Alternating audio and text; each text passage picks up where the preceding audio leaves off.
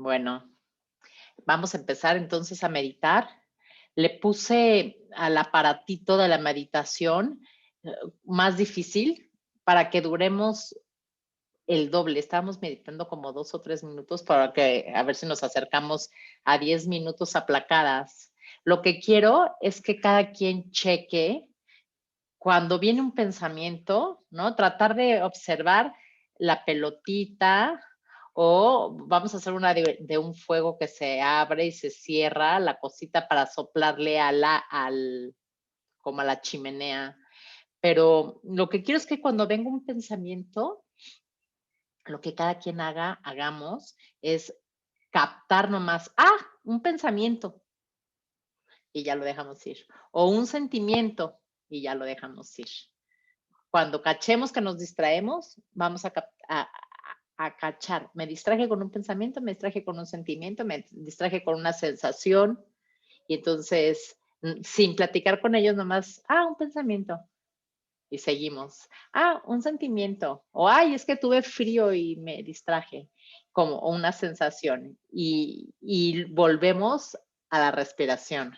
Me voy a apagar estos para que se oiga más la musiquita de la meditación y le voy a bajar un poco al volumen porque según lo que me ha contado por ahí luego mis pacientes es que los ensordezco con la música, pero ustedes me dicen si está bien o no, ¿vale?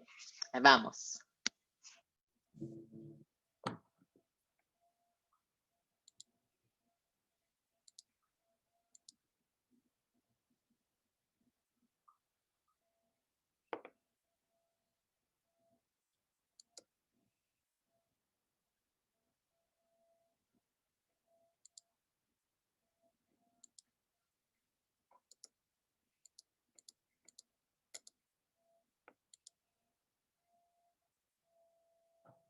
Allow your breath to sync with the movement of the billows.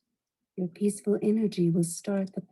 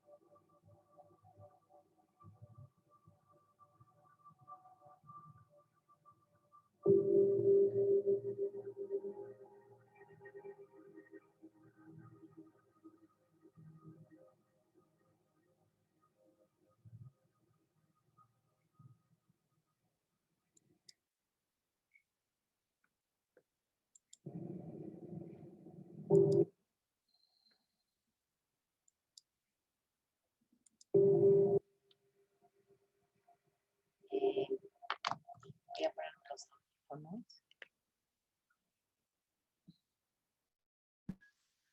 Hola. Bueno, le dejé de poner lo paré yo porque esto ya estaba incendiado. Por lo visto, me dieron gato por liebre, ¿no? O sea, dentro de la chimenea, las gráficas estaban fatal, ¿no? Que adentro de la chimenea empezó el fuego y acabó incendiando el cuarto, ¿no? No había visto eso y me distrajo muchísimo. No supe cuánto tiempo, porque como lo aumenté al doble o al triple, no supe cuánto tiempo hicimos, pero según yo mucho. Y le paré para que podamos trabajar la otra parte, si no, no nos va a dar tiempo. Bueno, todo mundo pensando que lo normal de la mente es que piense, eso es lo normal, que se distraiga, que ande dando lata por aquí, por allá, a ver qué se le ocurre, a ver qué onda. También estuvo distraidísima en el grupo, pensaba en cada una, pensaba ya se encendió el fuego, ay, ay, ay, estoy distraída, va de nuevo. Pero ese es el chiste de la meditación, captar, ay, ay, ay, ya se me fue el chango, va de nuevo. Entonces, bueno, una vez que ya estamos, ahora vamos a a poner, pues, que el pollo nos va a leer. En qué nos quedamos, pollito? Nos quedamos en la página 54, Mari. Ok, ahorita en lo que pongo el video esto, si quieres empezar. Dice, suerte es lo que a uno no le toca padecer. Agradecíamos los más ínfimos favores. Nos conformábamos con tener tiempo para despiojarnos antes de ir a la cama, aunque ello no fuera en sí muy placentero. Suponía estar desnudos en un barracón helado con carámbanos colgando del techo. Nos contentábamos con que no hubiera alarma aérea durante esta operación y las luces permanecieran encendidas. En la oscuridad no podíamos despiojarnos, lo que suponía pasar la noche en vela. Los escasos placeres de la vida del campo nos producían una especie de felicidad negativa, la liberación del sufrimiento, entre comillas dice. Como dijo Schopenhauer, pero solo de forma relativa. Los verdaderos placeres positivos, aún los más nimios, escaseaban. Recuerdo haber llevado una especie de contabilidad de los placeres diarios y comprobar que en el lapso de muchas semanas solamente había experimentado 2 momentos placenteros. Uno había ocurrido cuando al regreso del trabajo y tras una larga espera, me admitieron en el barracón de cocina, asignándome a la cola que se alineaba ante el cocinero prisionero F, semioculto detrás de las enormes cacerolas.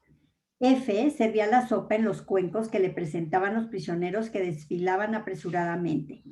Era el único cocinero que al llegar los cuencos no se fijaba en los hombres, el único que repartía con equidad, sin reparar en el recipiente y sin hacer favoritismos con sus amigos o paisanos, obsequiándoles con patatas, mientras el resto tenía que contentarse con la sopa aguada de la superficie. Pero no me incumbe a mí juzgar a los prisioneros que preferían a su propia gente. ¿Quién puede arrojar la primera piedra contra aquel que favorece a sus amigos bajo unas circunstancias en que, tarde o temprano, la cuestión que se dilucidaba era de vida o muerte? Nadie puede juzgar, nadie, a menos que con toda honestidad pueda contestar que en una situación similar no hubiera hecho lo mismo. Mucho tiempo después de haberme integrado a la vida normal, es decir, mucho tiempo después de haber abandonado el campo, me enseñaron una revista ilustrada con fotografías de prisioneros hacinados en sus literas, mirando insensibles a sus visitantes. ¿No es algo terrible con esos rostros mirando fijamente y todo lo que ello significa? ¿Por qué? Pregunté, y es que en verdad no lo comprendía. En aquel momento lo vi todo de nuevo. A las 5 de la madrugada, todo estaba oscuro allá afuera como boca de lobo. Yo estaba echado sobre un duro tablón en el suelo de tierra del barracón, donde se cuidaba a 70 de nosotros. Estábamos enfermos y no teníamos que dejar el campo para ir a trabajar. Tampoco teníamos que desfilar. Podíamos permanecer echados todo el día en nuestro rincón y dormitar esperando el reparto diario de pan, que por supuesto era menor para los enfermos, y el rancho de sopa, aguada y también en menor cantidad. Y sin embargo, estábamos contentos, satisfechos a pesar de todo. Mientras nos apretujábamos los unos contra los otros para evitar la pérdida innecesaria de calor, empezados y sin la menor intención de mover ni un dedo sin necesidad, oíamos los agudos silbatos y los gritos que venían de la plaza, donde el turno de noche acababa de regresar y formaba para la revista. La ventisca abrió la puerta de par en par y la nieve entró en nuestro barracón. Un camarada exhausto y cubierto de nieve entró tambaleándose y durante unos minutos permaneció sentado, pero el guardia le echó fuera de nuevo. Estaba estrictamente prohibido admitir a un extraño en un barracón mientras se procedía a pasar revista. Cómo compadecía aquel individuo y qué contento estaba yo de no encontrarme en su lugar, sino dormitando en la enfermería. ¿Qué salvación suponía el permanecer allí 2 días y tal vez otros 2 más? Al campo de infecciosos, mi suerte se vio incrementada todavía más. Al cuarto día de mi estancia en la enfermería y a punto de ser asignado al turno de noche, lo que habría supuesto mi muerte segura, el médico jefe entró apresuradamente en el barracón y me sugirió que me ofreciese voluntario para desempeñar tareas sanitarias en un campo destinado a enfermos de tifus. En contra de los consejos de mis amigos y a pesar de que casi ninguno de mis colegas se ofrecía, decidí ir como voluntario. Sabía que en un grupo de trabajo moriría en poco tiempo y si tenía que morir, siquiera podía darle algún sentido a mi muerte. Pensé que tenía más sentido intentar ayudar a mis camaradas como médico que vegetar o perder la vida trabajando de forma improductiva como hacía entonces. Para mí era una cuestión de matemáticas sencillas y no de sacrificio. Pero el suboficial del equipo sanitario había ordenado en secreto que se cuidara de forma especial a los 2 médicos voluntarios para ir al campo de infecciosos hasta que fueran trasladados al mismo. El aspecto de debilidad que presentábamos era tal que temía tener 2 cadáveres más en vez de 2 médicos. Ya he mencionado antes que todo lo que no se relacionaba con la preocupación inmediata de la supervivencia de uno mismo y sus amigos carecía de valor. Todo se supeditaba a tal fin. El carácter del hombre quedaba absorbido hasta el extremo de verse envuelto en un torbellino mental que ponía en duda y amenazaba toda la escala de valores que hasta entonces había mantenido, influido por un entorno que no reconocía el valor de la vida y la dignidad humanas, que había desposeído al hombre de su voluntad y le había convertido en objeto de exterminio, no sin utilizarle antes al máximo y extraerle hasta el último gramo de sus recursos físicos. El yo personal acababa perdiendo sus principios morales. Sí, en un último esfuerzo por mantener la propia estima, el prisionero de un campo de concentración no luchaba contra ello. Terminaba por perder el sentimiento de su propia individualidad, de ser pensante, con una libertad interior y un valor personal. Acababa por considerarse solo una parte de la masa de gente. Su existencia se rebajaba al nivel de la vida animal. Transportaban a los hombres en manadas, unas veces a un sitio y otras a otro, unas veces juntos y otras por separado, como un rebaño de ovejas sin voluntad ni pensamiento propios. Una pandilla pequeña pero peligrosa, diestra en métodos de tortura y sadismo, los observaba desde todos los ángulos. Conducían al rebaño sin parar, atrás, adelante, con gritos, patadas y golpes, y nosotros, los borregos, teníamos 2 pensamientos: cómo evitar a los malvados sabuesos y cómo obtener un poco de comida.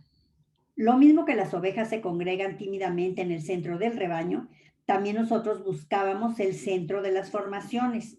Allí teníamos más oportunidades de esquivar los golpes de los guardias que marchaban a ambos lados, al frente y en la retaguardia de la columna. Los puestos centrales tenían la ventaja adicional de protegernos de los gélidos vientos, de modo que el hecho de querer sumergirse literalmente en la multitud era en realidad una manera de intentar salvar el pellejo. En las formaciones esto se hacía de modo automático, pero otras veces se trataba de un acto definitivamente consciente por nuestra parte, de acuerdo con las leyes imperativas del instinto de conservación. No ser conspicuos. Siempre hacíamos todo lo posible por no llamar la atención de los SS. Añoranza de soledad. Cierto que había veces en que era posible y hasta necesario mantenerse alejado de la multitud. Es bien sabido que una vida comunitaria impuesta, en la que se presta atención a todo lo que uno hace y en todo momento, puede producir la irresistible necesidad de alejarse, al menos durante un corto tiempo. El prisionero anhelaba estar a solas, consigo mismo y con sus pensamientos. Añoraba su intimidad y su soledad. Después de mi traslado a un llamado campo de reposo, tuve la rara fortuna de encontrar de vez en cuando 5 minutos de soledad. Tras el barracón de suelo de tierra en el que trabajaba y donde se hacinaban unos 50 pacientes delirantes, había un lugar tranquilo junto a la doble alambrada que rodeaba el campo. Allí se había improvisado una tienda con unos cuantos postes y ramas de árboles para cobijar media docena de cadáveres, que era la cuota diaria de muertes en el campo. Había también un pozo que llevaba las tuberías de conducción de agua. Siempre que no eran necesarios mis servicios, solía sentarme en cuclillas sobre la tapa de madera de ese pozo, contemplando el florecer de las verdes laderas y las lejanas colinas azuladas del paisaje bávaro, enmarcado por las mallas de la alambrada de púas. Soñaba añorante y mis pensamientos vagaban al norte, al nordeste y en dirección a mi hogar, pero solo veía nubes. No me molestaban los cadáveres próximos a mí, hormigueantes de piojos. Solo las pisadas de los guardias, al pasar, me despertaban de mis sueños. O a veces una llamada desde la enfermería o para recoger un nuevo envío de medicinas para mi barracón. Envío consistente en 5 o 10 tabletas de aspirina para 50 pacientes y varios días. Las recogía y luego hacía mi ronda, tomándole el pulso a los pacientes y suministrándoles media tableta si se trataba de casos graves. Pero los casos desahuciados no recibían medicinas, no les hubieran ayudado y además habrían privado de ellas a los que todavía tenían alguna esperanza. Para los enfermos leves no tenía más que unas palabras de aliento. Así me arrastraba de paciente en paciente, aunque yo mismo me encontraba exhausto y convaleciente de un fuerte ataque de tifus. Después volví a mi lugar solitario sobre la tapa de madera del pozo. Por cierto, este pozo salvó una vez la vida de 3 compañeros prisioneros. Poco antes de la liberación, se organizaron transportes masivos hasta Dachau. Y estos 3 hombres acertadamente intentaron evitar el viaje. Bajaron al pozo y ahí se escondieron de los guardias. Yo me senté tranquilamente sobre la tapa con aire inocente, tirando piedrecitas a la alambrada de púas, como si se tratase de un juego infantil. Al reparar en mí, el guardia dudó un momento, pero pasó de largo. Pronto pude decir a los hombres que estaban abajo que lo peor había pasado. Juguete del destino. Resulta difícil para un extraño comprender cuán poco valor se concedía en el campo a la vida humana. El prisionero estaba ya endurecido, pero posiblemente adquiría más conciencia de este absoluto desprecio por la vida cuando se organizaba un convoy de enfermos.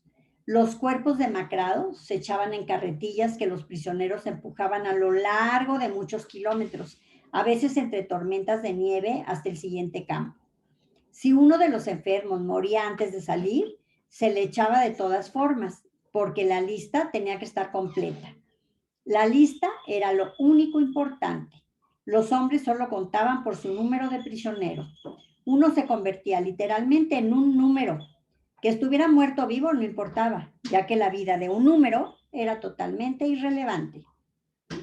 Y menos aún importaba lo que había tras aquel número y aquella vida, su destino, su historia o el nombre del prisionero. En los transportes de pacientes en los que yo en calidad de médico tenía que acompañar desde un campo de Baviera a otro, hubo un prisionero joven cuyo hermano no estaba en la lista y al que por lo tanto había que dejar atrás. El joven suplicó tanto que el guardia decidió hacer un cambio y el hermano ocupó el lugar de un hombre que de momento prefería quedarse, con tal de que la lista estuviera correcta. Y esto era fácil. El hermano cambió su número, nombre y apellido con los del otro prisionero, pues como ya he dicho antes, carecíamos de documentación. Ya teníamos bastante suerte con conservar nuestro cuerpo, que al fin y al cabo seguía respirando. Todo lo demás que nos rodeaba, como los harapos que pendían de nuestros esqueletos macilentos, solo tenía interés cuando se ordenaba un transporte de enfermos. Se examinaban los musulmanes con curiosidad descarada, con el fin de averiguar si sus chaquetas o sus zapatos eran mejores que los de uno. Después de todo, su suerte estaba echada, pero los que quedaban en el campo, capaces aún para algún trabajo, debían usar sus recursos para mejorar las posibilidades de supervivencia. No eran sentimentales. Los prisioneros consideraban totalmente a merced del humor de los guardias. Se consideraban totalmente a merced del humor de los guardias, juguetes del destino. Y esto les hacía más inhumanos de lo que las circunstancias habrían hecho presumir.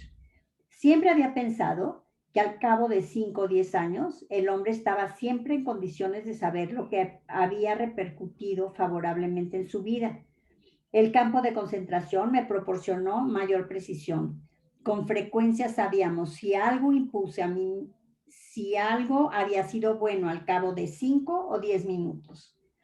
En Auschwitz me impuse a mí mismo una norma que resultó ser buena y que todos mis camaradas observaron más tarde.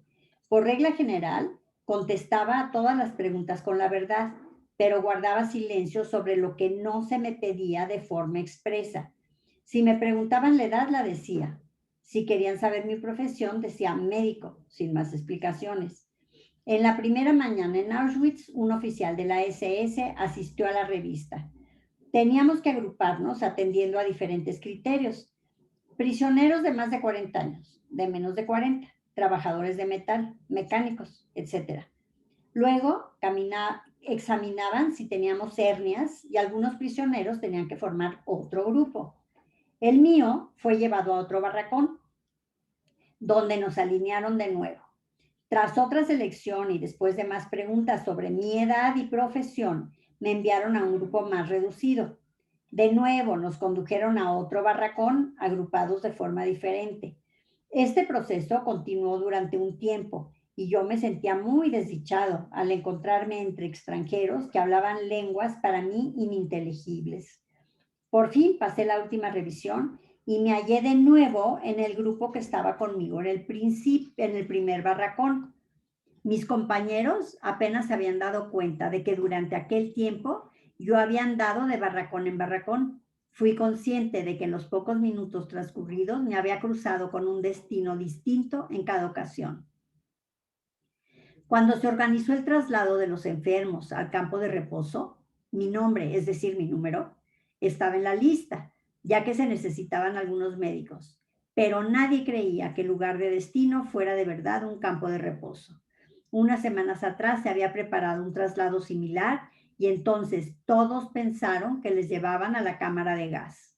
Cuando se anunció que quien se presentara voluntario para el temido turno de la noche sería borrado de la lista, de inmediato se ofrecieron voluntarios 28 prisioneros. Un cuarto de hora más tarde se canceló el transporte, pero aquellos 28 prisioneros quedaron en la lista del turno de noche. Para la mayoría de ellos significó la muerte en un plazo de 15 días. La última voluntad aprendida de memoria.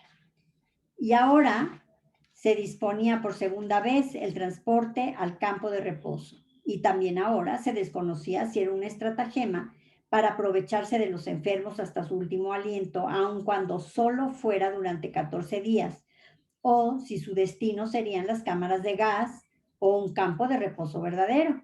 El médico jefe, que me había tomado cierto apego, me dijo furtivamente una noche a las 10 menos cuarto: he hecho saber en el cuarto de mando que todavía se puede borrar su nombre de la lista. Tiene de tiempo hasta las 10. Le dije que eso no iba conmigo, que yo había aprendido a dejar que el destino siguiera su curso. Prefiero quedarme con mis amigos, le contesté. Sus ojos tenían una expresión de piedad, como si comprendiera. Estrechó mi mano en silencio, a modo de adiós, no para la vida, sino desde la vida.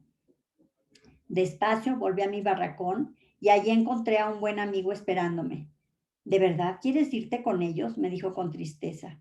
Sí, voy a ir. Se le saltaron las lágrimas y yo traté de consolarle. Todavía me quedaba algo por hacer, expresarle mi última voluntad. Otto, escucha. En caso de que yo no regrese a casa a casa junto a mi mujer, y en caso de que la vuelvas a ver, dile que yo hablaba de ella diario, continuamente. Recuérdalo. En segundo lugar, que la he amado más que a nadie. En tercer lugar, que el breve tiempo que estuve casado con ella tiene más valor que nada, que pesa en mí más incluso que todo lo que hemos pasado aquí. Otto, ¿dónde estás ahora? ¿Vives? ¿Qué ha sido de ti desde aquel momento en que estuvimos juntos por última vez? ¿Encontraste a tu mujer? ¿Recuerdas cómo te hice aprender de memoria mi última voluntad, palabra por palabra, a pesar de tus lágrimas de niño? A la mañana siguiente partí con el transporte. Esta vez no era ningún truco. No nos llevaron a la cámara de gas, sino a un campo de reposo de verdad. Los que me compadecieron se quedaron en un campo donde el hambre se iba a ensañar con ellos con mayor fiereza que en este nuevo campo. Habían intentado salvarse, pero lo que hicieron fue sellar su propio destino. Meses después, tras la liberación, Encontré a un amigo de aquel campo, quien me contó que él, como policía, había tenido que buscar un trozo de carne humana que faltaba de un montón de cadáveres y que la rescató de un puchero donde la encontró cociéndose. El canibalismo había hecho su aparición. Yo me fui justamente a tiempo. ¿No recuerda esto el relato de muerte en Teherán? En cierta ocasión, un persa rico y poderoso paseaba por el jardín con uno de sus criados, compungido porque acababa de encontrarse con la muerte, quien le había amenazado. Suplicaba a su amo para que le diera el caballo más veloz y así poder apresurarse y llegar a Teherán aquella misma tarde. El amo accedió y el sirviente se alejó al galope. Al regresar a su casa, el amo también se encontró a la muerte y le preguntó: ¿por qué has asustado y aterrorizado a mi criado? Yo no le he amenazado, solo mostré mi sorpresa al verle aquí, cuando en mis planes estaba encontrarle esta noche en Teherán, contestó la muerte. Planes de fuga.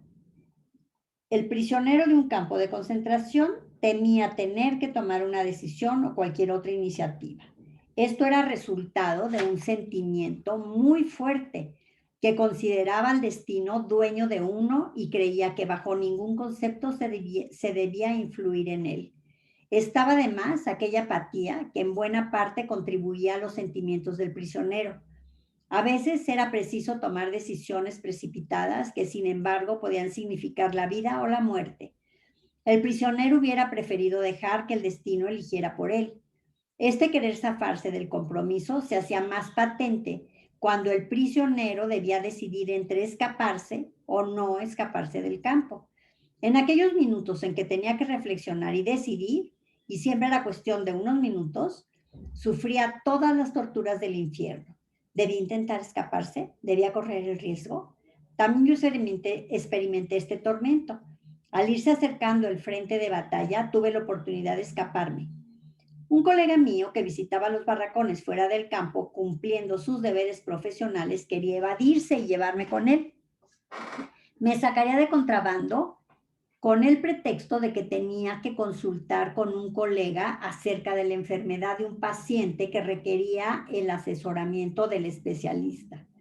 Una vez fuera del campo, un miembro del movimiento de resistencia extranjero nos proporcionaría uniformes y alimentos. En el último instante surgieron ciertas dificultades técnicas y tuvimos que regresar al campo una vez más. Aquella oportunidad nos sirvió para surtirnos de algunas provisiones, unas cuantas patatas podridas y hacernos cada uno con una mochila. Encontramos en un barracón vacío de la sección de mujeres donde no había nadie porque éstas habían sido enviadas a otro campo. El barracón estaba en el mayor de los desórdenes. Resultaba obvio que muchas mujeres habían concedido víveres y se habían escapado.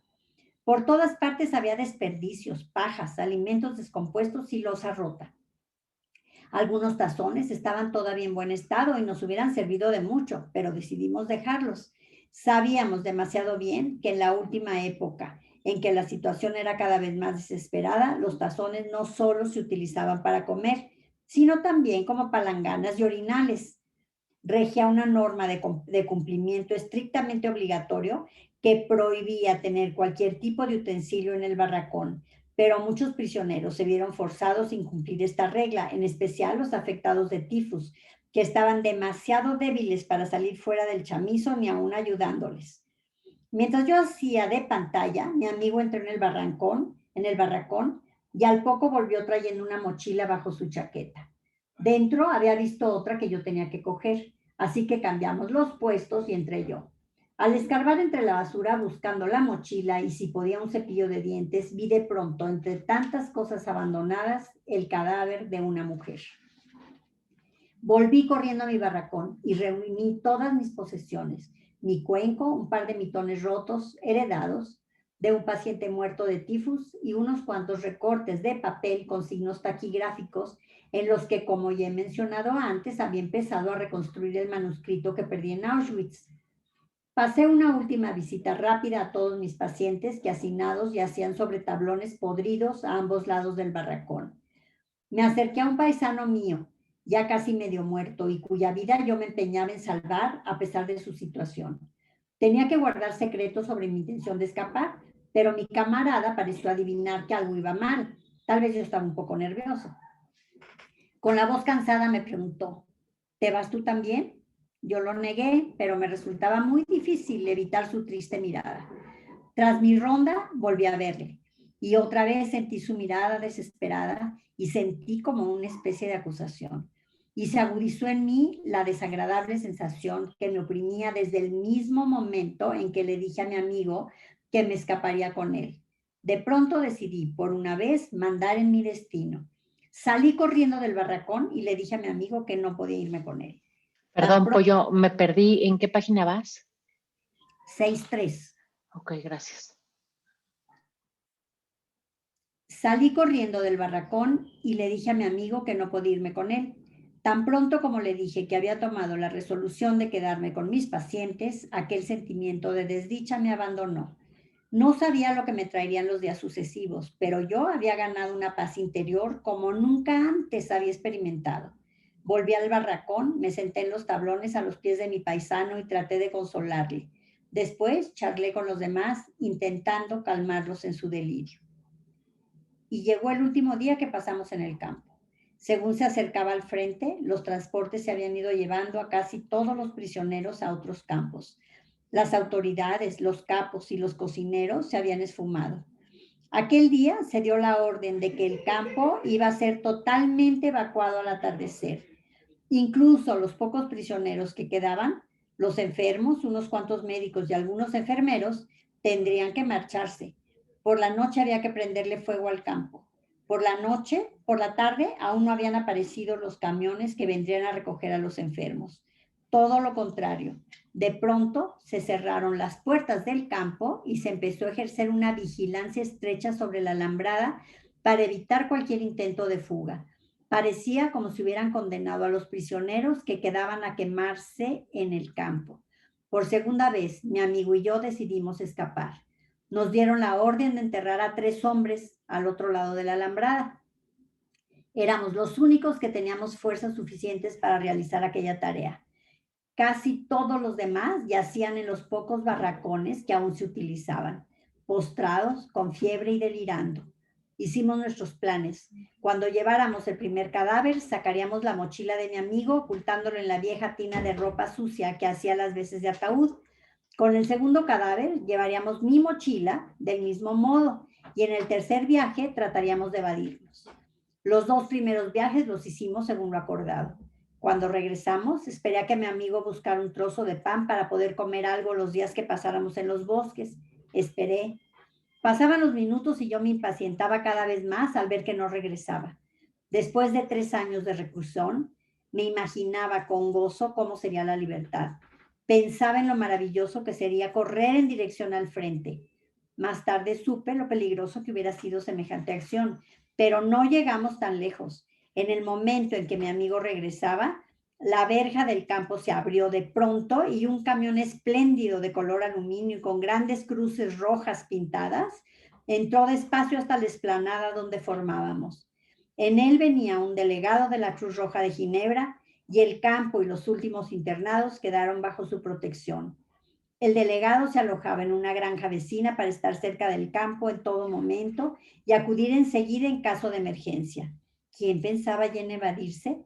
Del camión descargaban cajas con medicinas, se distribuían cigarrillos, nos fotografiaban y la alegría era inmensa. Ya no teníamos necesidad de salir corriendo ni de arriesgarnos hasta llegar al frente de batalla.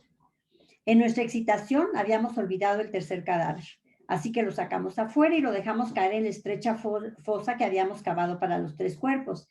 El guardia que nos acompañaba, un hombre relativamente inofensivo, se volvió de pronto extremadamente amable. Vio que podían volverse las tornas y trató de ganarse nuestro favor. Se unió a las breves oraciones que ofrecimos a los muertos antes de echar la tierra sobre ellos. Tras la tensión y la excitación de los días y horas pasados, y las palabras de nuestras oraciones rogando por la paz fueron tan fervientes como las más ardorosas que voz humana haya musitado nunca. El último día que pasamos en el campo fue como un anticipo de la libertad, pero nuestro regocijo fue prematuro. El delegado de la Cruz Roja nos aseguró que se había firmado un acuerdo y que no se iba a evacuar el campo. Sin embargo, aquella noche Llegaron los camiones de la SS trayendo orden de despejar el campo. Los últimos prisioneros que quedaban serían enviados a un campo central desde donde se les remitiría a Suiza en 48 horas para canjearlos por prisioneros de guerra. Apenas podíamos reconocer a los SS de tan amables como se mostraban intentando y asegurándonos que podíamos felicitarnos por nuestra buena suerte. Los que todavía tenían fuerza se amontonaron en los camiones y a los que estaban seriamente enfermos o muy débiles les izaban con dificultad. Mi amigo y yo, que ya no escondíamos nuestras mochilas, estábamos en el último grupo y de él eligieron a 13 para la última expedición. El médico jefe contó el número preciso, pero nosotros 2 no estábamos entre ellos. Los 13 subieron al camión y nosotros tuvimos que quedarnos. Sorprendidos, desilusionados y enfadados, increpamos al doctor, que se excusó diciendo que estaba muy fatigado y se había distraído. Aseguró que había creído que todavía teníamos intenciones de evadirnos.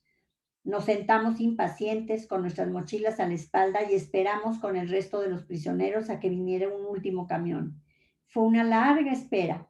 Finalmente nos echamos sobre los colchones del cuarto de guardia, ahora desierto, exhaustos por la excitación de las últimas horas y días durante las cuales habíamos fluctuado continuamente entre la esperanza y la desesperación. Dormimos con la ropa y los zapatos puestos, listos para el viaje. El estruendo de los rifles y cañones nos despertó. Los fogonazos de las bengalas y los disparos de fusil iluminaban el barracón. El médico jefe se precipitó dentro ordenándonos que nos echáramos a tierra. Un prisionero saltó sobre mi estómago desde la litera que quedaba encima de la mía con zapatos y todo. Vaya si me despertó. Entonces nos dimos cuenta de lo que sucedía. La línea de fuego había llegado hasta nosotros. Amenguó el tiroteo y empezó a amanecer. Allá afuera, en el mástil, junto a la verja del campo, una bandera blanca flotaba al viento. Hasta muchas semanas después, no nos enteramos de que durante aquellas horas el destino había jugado con los pocos prisioneros que quedábamos en el campo. Otra vez más pudimos comprobar cuán inciertas podían ser las decisiones humanas, especialmente en lo que se refiere a las cosas de la vida y la muerte. Ante mí tenía las fotografías que se habían tomado en un pequeño campo cercano al nuestro. Nuestros amigos que pensaron viajar hacia la libertad aquella noche, transportados en los camiones, fueron encerrados en los barracones y seguidamente murieron abrazados. Sus cuerpos parcialmente carbonizados eran perfectamente reconocibles en la fotografía. Yo pensé de nuevo en el cuento de Muerte en Teherán. ¿Le dejamos ahí o le seguimos?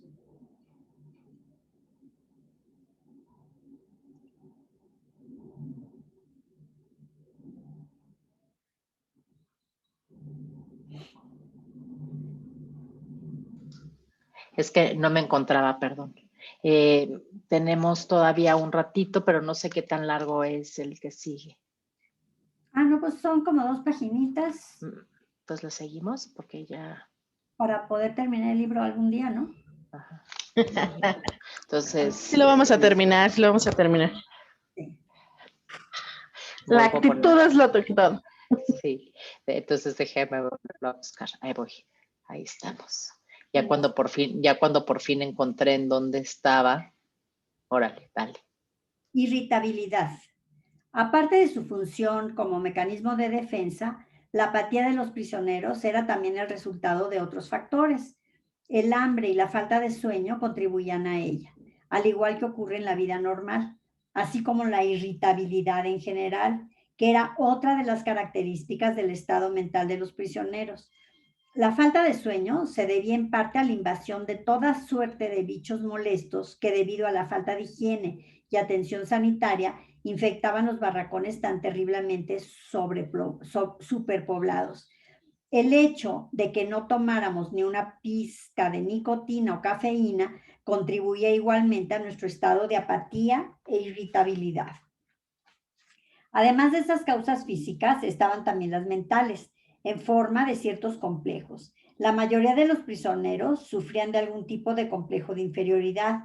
Todos nosotros habíamos creído alguna vez que éramos alguien, o al menos lo habíamos imaginado, pero ahora nos trataban como si no fuéramos nadie, como si no existiéramos. La conciencia del amor propio está tan profundamente arraigada en las cosas más elevadas y más espirituales que no puede arrancarse ni viviendo en un campo de concentración. Pero ¿cuántos hombres libres, por no hablar de los prisioneros, lo poseen?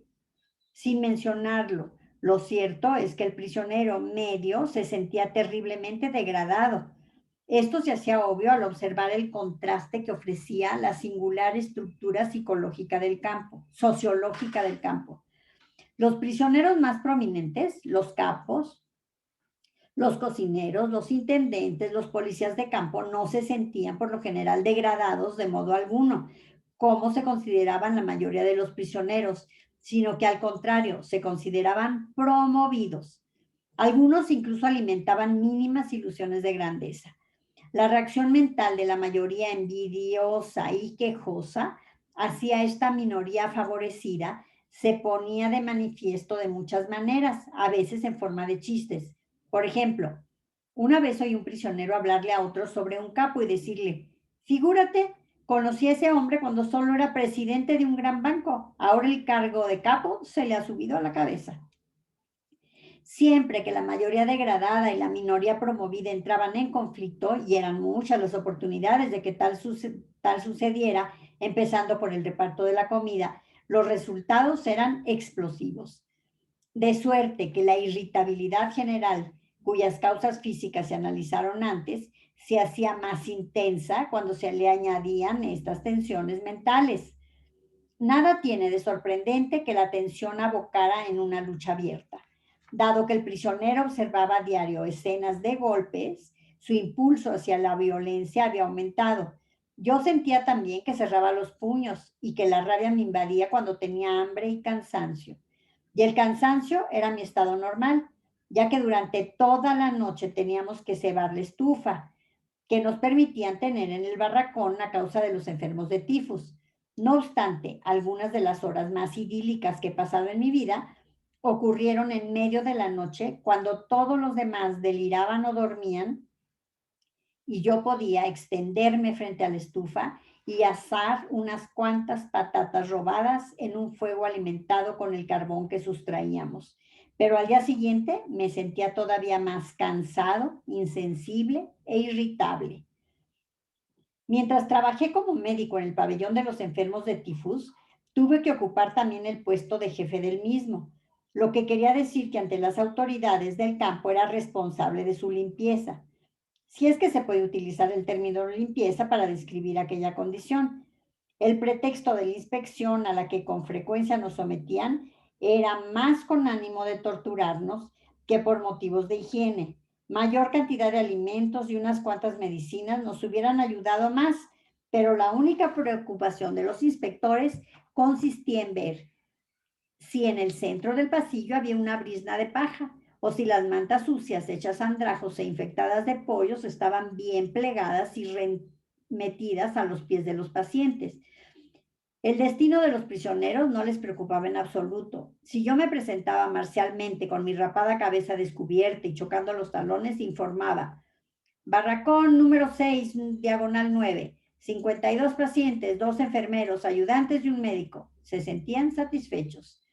A renglón seguido se marchaban, pero hasta que llegaban, solían anunciar su visita con muchas horas de antelación y muchas veces ni siquiera venían. Me veía obligado a mantener bien estiradas las mantas, a recoger todas las motas de paja que caían de las literas y a gritar a los pobres diablos que se revolvían en sus catres, amenazando con desbaratar mis esfuerzos por conseguir la limpieza y pulcritud requeridas. La apatía crecía, sobre todo entre los pacientes febriles, de suerte que no reaccionaban a nada si no se les gritaba. A veces fallaban incluso los gritos y ello exigía un tremendo esfuerzo de autocontrol para no golpearlos. La propia irritabilidad personal adquiría proporciones inauditas cuando chocaba con la apatía de otro, especialmente en los casos de peligro, por ejemplo, cuando se avecinaba una inspección que tenían su origen en ella.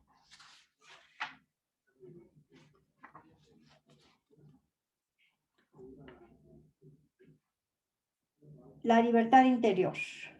¿Seguimos? La libertad interior. Tras este intento de presentación psicológica y explicación psicopatológica de las características típicas del recluido en un campo de concentración, se podría sacar la impresión de que el ser humano es alguien y entendiéndose por entorno, en este caso, la singular estructura del campo de concentración que obligaba al prisionero a adecuar su conducta a un determinado conjunto de pautas. Pero, ¿y qué decir de la libertad humana? ¿No hay una libertad espiritual con respecto a la conducta y a la reacción ante un entorno dado? Es cierta la teoría que nos enseña que el hombre no es más que el producto de muchos factores ambientales condicionantes, sean de naturaleza biológica, psicológica o sociológica. ¿El hombre es solo un producto accidental de dichos factores?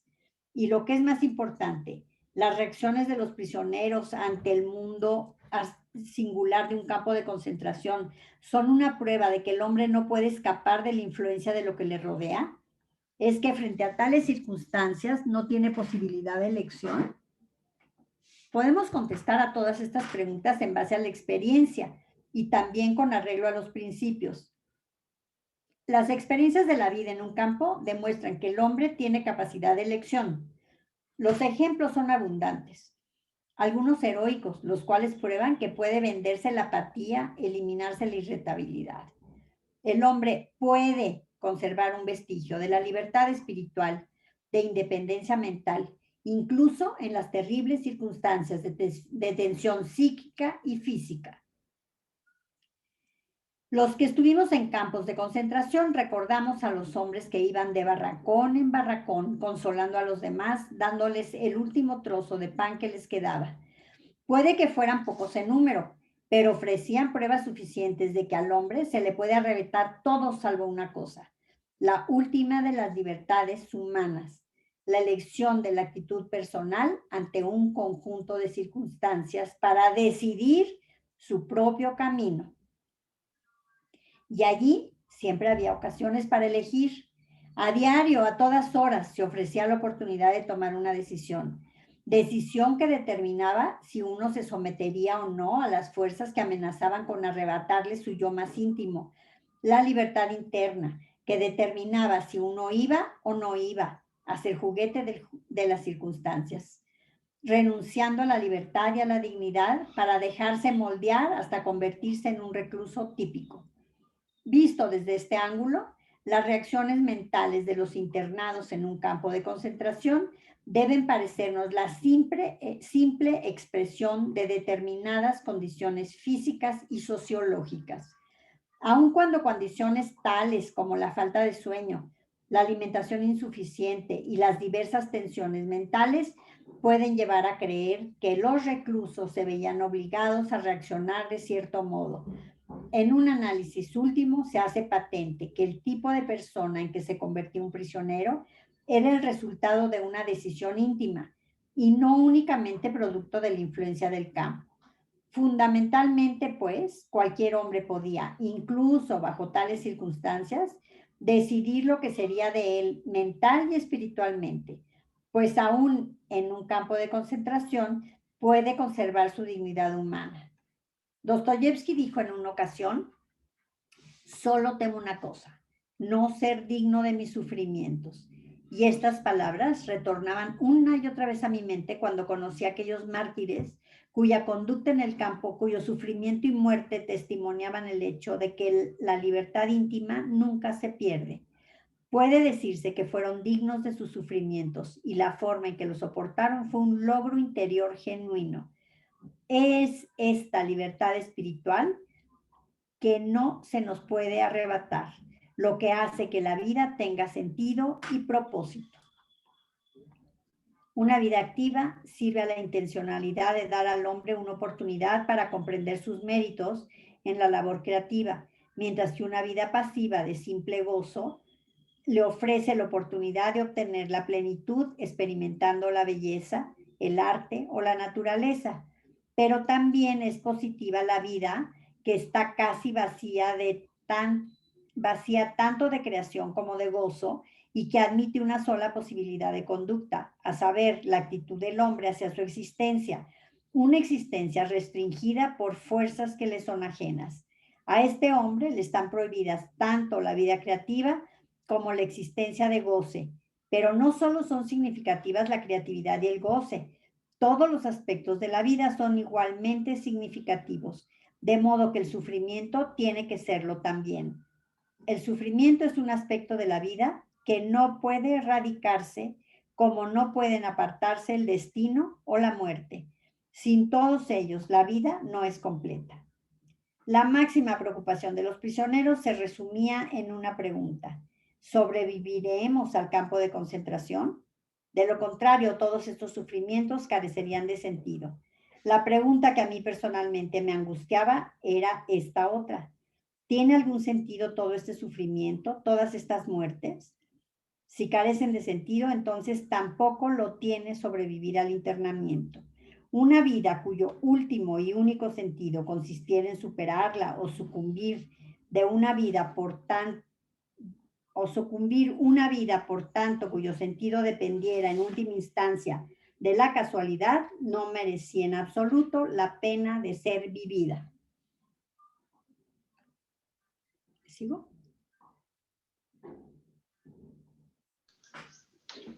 Pues no sé si ahí le paramos o cómo la ven.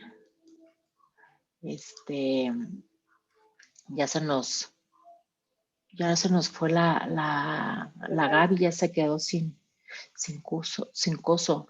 Algo pasa que yo no me alcanzo a ver. ¿Ustedes me ven? Sí. O sea, en los cuadritos, ¿tú me ves? Sí. Ya te vi. Bueno, ¿qué les parece que platiquemos un poco de esto? Me parece importantísimo y sé que ha sido tedioso y un poco enfadoso estar con el libro. Bueno, la primera parte de tener el libro, en el último año antes de estar encerrados, que tuvimos nuestro regalo Santa Clausero y que pudimos todos leer El viejo profesor con libro, pues estaba todo el mundo más clavado, por eso se nos ocurrió dejar la lectura y poderla seguir. Ya ven que de repente me pierdo y luego mal, pero bueno. Pero ha sido tedioso estar a dale y dale con los libros, parece poco creativo, pero como bien dijimos al principio de este libro, resulta importantísimo aprender de los expertos en confinamiento, de los expertos en estar recluidos sin poder salir. Y a pesar de que en este país no está siendo como en otros que están recluidos a fuerza, hay muchos que por decisión propia, por miedo, por lo que sea, o ¿no? Estamos encerrados, las escuelas están a fuerza en línea, en fin, ¿no? Entonces, por eso decidimos retomar este libro. No sé a Marilu y a Pollo qué les parece, pero a mí me parece importantísimo. Ahora empiezas, Pollo, a leer y decías que no es posible juzgar si no estás en esos zapatos, ¿no? No podemos juzgar que ayudaban a sus parientes o a sus paisanos.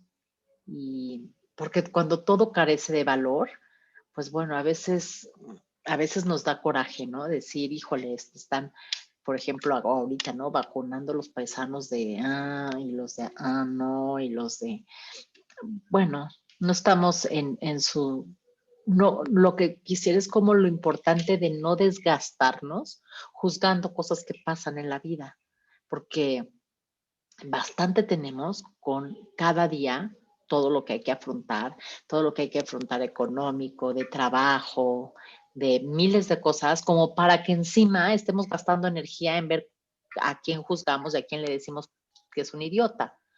Entonces, bueno, y luego dice, sobre todo sabes cuándo es una muerte segura, ¿no? Si a algunas de ustedes les sale en ese momento que algo quiere interrumpirme, me interrumpen las dos,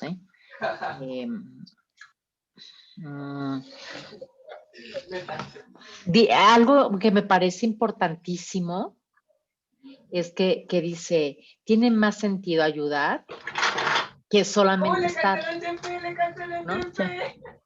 Entonces, y decía, se reduce, la gente que nomás está ahí, estando, se reducía su yo personal, sus valores se reducían. Y cuando la gente que ayudaba, a pesar de que de todas maneras murieron como dándole un sentido a su vida. Entonces yo lo que quiero es como ver que sí es cierto que ayudar a otra persona, ayudar nos ayuda. Entonces sería buenísimo hacer una cadena de favores, como la película que tantas veces hemos visto, en donde ayudar nos ayuda. Totalmente de acuerdo. ¿Sí? De hecho, yo pienso desde hace mucho tiempo para acá que en la parte del servicio, ¿no? O sea, a mí me encanta esa parte y hoy que ya no la puedo hacer, veo cuánta necesidad me hace falta a mí. O sea, aparentemente todos mis apostolados son de ayudar a los otros y de estar, pero siempre lo supe, ¿no? Siempre supe que para mí iba a ser más gratificante. Pero hoy bajo estas circunstancias totalmente lo confirmo. Uh-huh. Sí. De hecho, yo creo que toda esa, pues esa crisis de ansiedad y de miedo, pues me llevó porque perdí todo. O sea, me perdí. Uh-huh. Porque no tenías este quehacer tan importante de darte a los demás.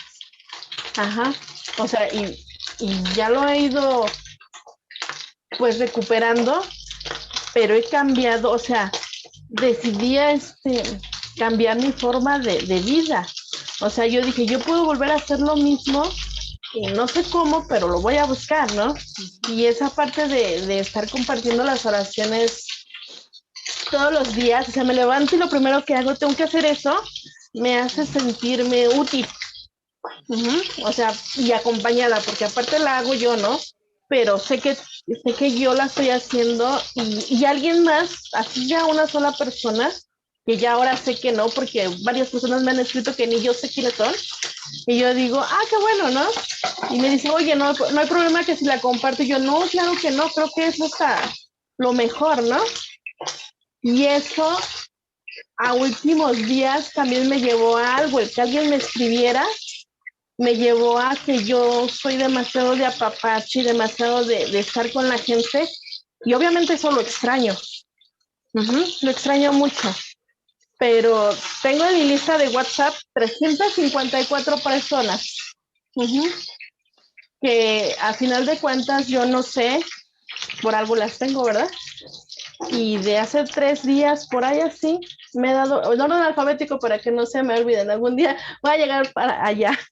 Estoy mandándole mensaje de cómo estás, soy Marilu por si se les olvida, de cómo estás, incluso si necesitas algo, porque yo necesito estar cerca de ellos. Y pues ya que tengo tantos en el WhatsApp, pues estoy en eso, ¿no? Sí. Y yo pues, creo que es muy importante ahorita, no sé qué opinas, inventemos una cadena de favores. Todos los adolescentes, los niños, los adultos, podemos hacer algo por alguien más y nos va a ayudar. No hay nadie que no pueda hacer algo por otro, ¿no? Habrá alguien que puede enseñar lo que sabe hacer o que puede poner al servicio lo que sabe hacer, pero habrá otros que podemos salir y limpiar un parque, limpiar un camellón, sembrar un árbol, llevarle a una viejita algo, ¿no? Entonces, les propongo que cada quien en su casa promueva, vamos a hacer algo por alguien, ¿qué se te ocurre? Vamos a sacar cosas que podamos compartir o vamos a leerle un cuento a un niño y mandarlo, ¿no? Pues sí, yo por ejemplo, con mis Movebos, porque estamos en línea, afortunadamente, hicimos eso. Vamos a hacer empezamos desde el 14 de febrero, una cadenita de papel, pero en cada cadenita, o sea, en cada papelito eslabón, íbamos a poner el nombre de alguien y íbamos a hacer algo por ese alguien, desde una llamada de cómo estás, porque ahorita lo que más necesitamos es tener contacto con el otro, desde ayudarle al vecino. Buenísima idea. Y entonces los niños pues están haciendo por ese lado y me dicen que les cuesta mucho trabajo porque la gente no se deja ayudar. O sea, estamos tan lastimados que es difícil. Entonces, yo les decía, pues aquel que no puedas, que no quieras, pues entonces pones tu nombre de todos modos y haces una oración por él. Porque estamos, realmente la agresividad y todo eso habla de nuestros miedos, ¿no? De nuestros dolores. Entonces, hay que poner en la cadena de papeles a las madres que no la están pasando bien, que están bien solas, que no tienen la escuela, que hay hermanas que han muerto, ¿no? Sí, está bastante difícil ahí, pero sí podemos hacerlo. Yo me ha funcionado. Hace un año, el 14 de febrero, con las monjitas retiradas, nos pusimos a hacer brochetas y todo muy padre, ¿no? Este año pues no se pudo, pero sí les llevé las brochetas y tuvieron que repartirlas ellas. Tengo que contarte un chistorete.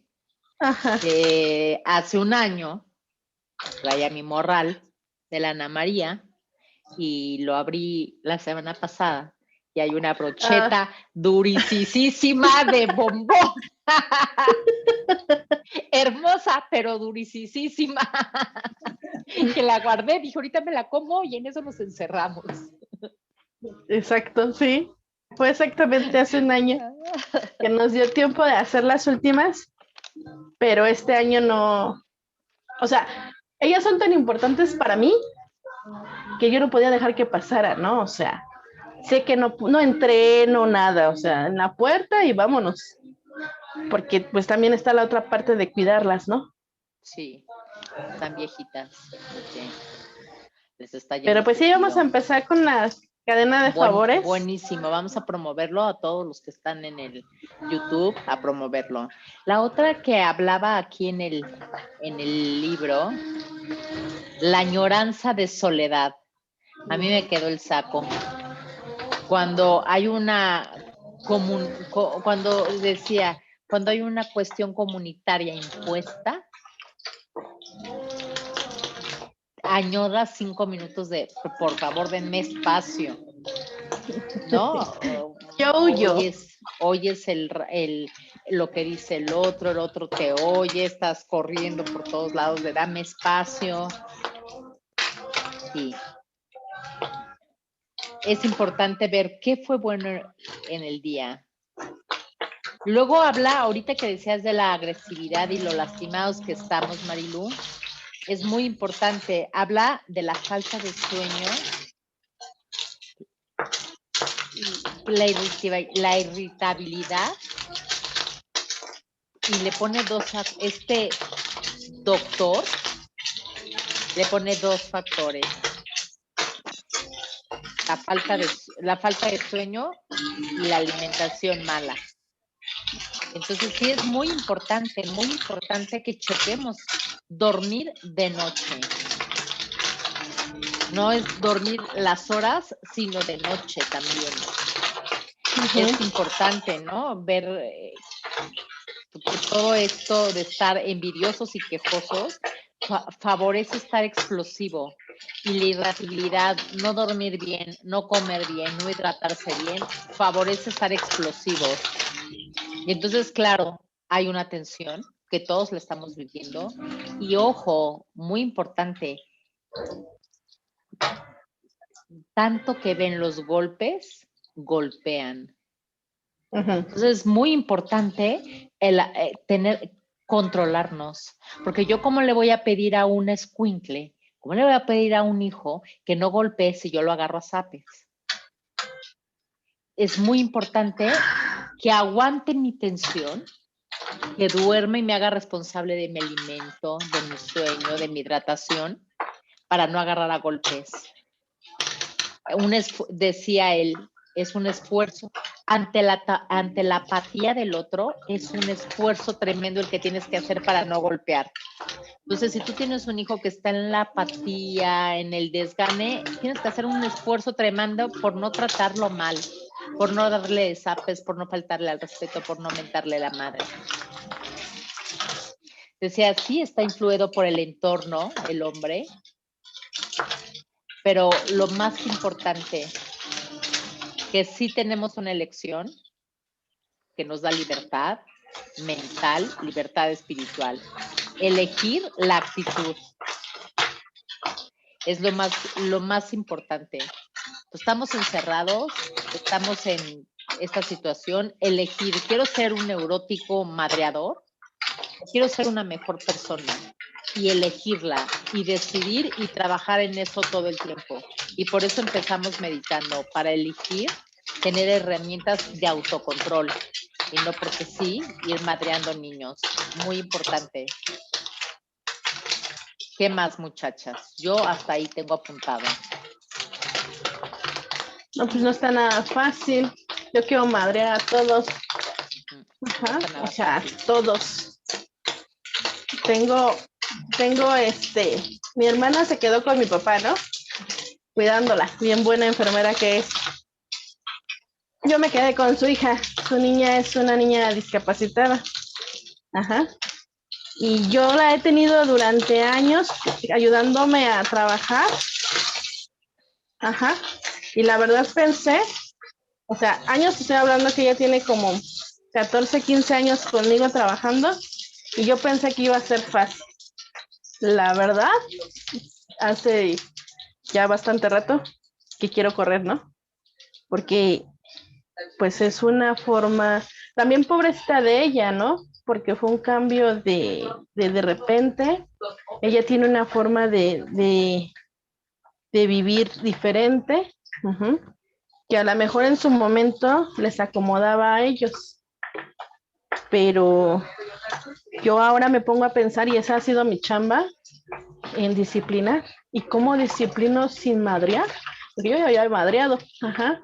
O sea, estamos hablando de que es sumamente inteligente, porque eso nadie lo está quitando, pero desde el hecho de bañarse diario, del hecho de acomodar tus cosas, o sea, todo ese tipo, no sabía cocinar, y entonces de repente la tengo que enseñar, le estoy medio enseñando porque yo tampoco no sé gran cosa, ¿no?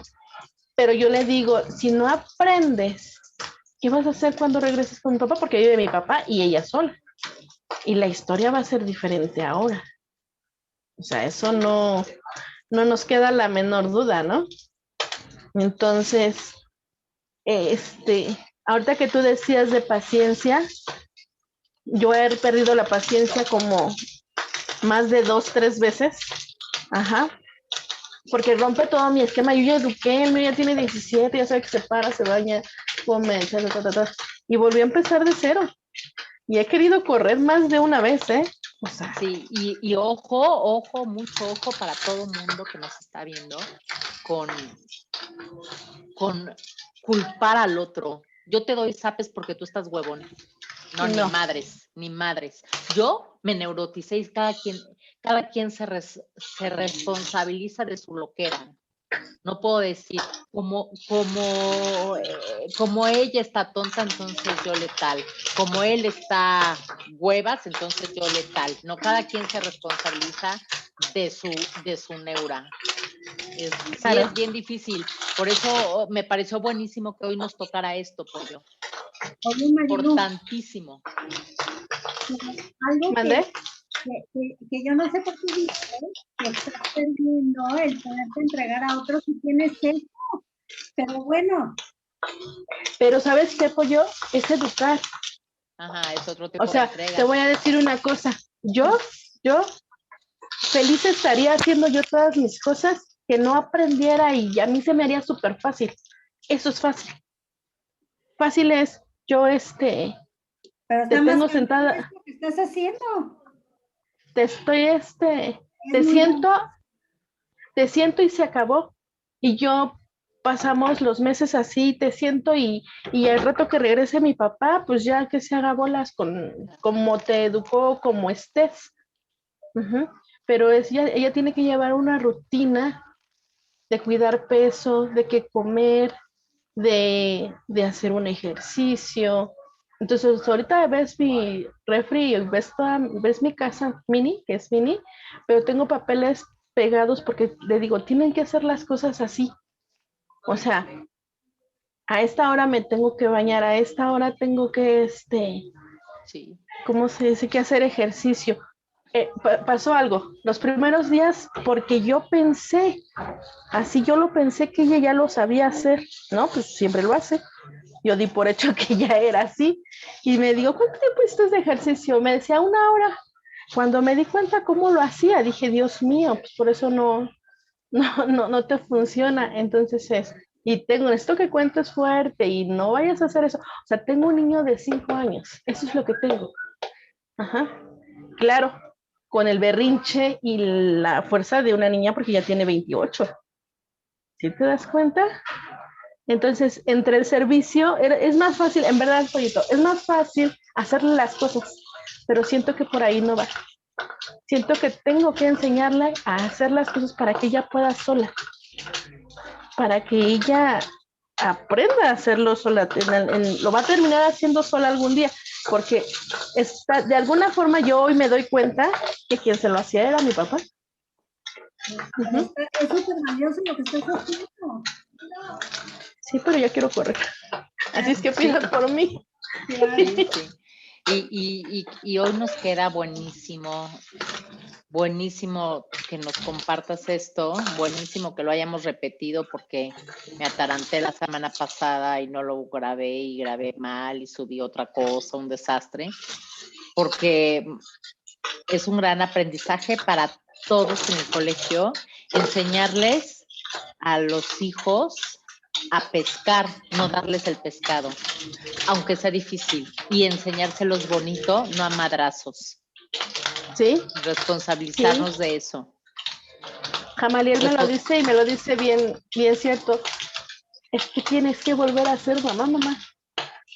O sea, va de nuevo. Uh-huh. Y créeme, o sea, mi hijo que de 17 años, que me saca las canas verdes, es el que también de repente me dice, a ver mamá, es una niña, no entiende, va de nuevo. Y digo, otra vez. Uh-huh. Entonces, la primera semana dejé que hiciera lo que fuera, no pasa nada, porque es cómodo, la alimento, la cuido y ya, ¿no? Y cuando de repente dije, pero no va a ser así, porque yo ya pensé que ya sabía hacer las cosas, y pues no. Y aparte, como ya está grande, le cuesta trabajo que yo la esté mandando, porque se enoja. Ajá, porque ella piensa que yo le digo las cosas por estarla molestando, porque pues ya es grande. Uh-huh. Entonces, luego le digo a mi hermana de broma, tú tienes a mi papá aquí, pero yo también tengo la mía, no te preocupes. Te lo cambio. Ay, no, te lo cambio una semana. Y mira, que ella es súper trabajadora y ¿sabes qué? Suena muy feo, porque suena feo, pero es una ventaja hoy en mí. Yo tengo el carácter tan fuerte que la gente me tiene miedo en cuestión de mando. Y ella hace mucho que me tiene miedo. Ella siente que sí le puedo pegar. Ella me dobla la estatura, o sea, es una niña como de por aquí, como ya se así. asomó, ya se ha asomado. Uh-huh. Ahorita o no sea, creo en el... Si ella me aventara, de un madrazo me vuela por allá. Ajá. Pero no, ella no, pues porque no tiene esa parte de la maldad, ¿no? Qué bueno. O de la conciencia. Pero sí me ha costado y si lo comparto ahorita es porque en algún momento yo pensé, dije, ¿y si no era por ahí? ¿Y si solo tenía que cuidar? Pues era más fácil que disciplinar. Disciplinar es muy complicado y poner límites. Y ni siquiera es disciplinar, es darle una vida digna. Pues sí. Tratarla como una persona y no como un bulto que le haces todo. Si no es un pez en una pecera para que le pases su comida, le cambies su agua. No, es una persona. Y qué maravilla, lo admiro. Voy a Ay, ponerle pero me stop. cuesta mucho. Voy a ponerle stop al video. Denme un Ujú. segundo.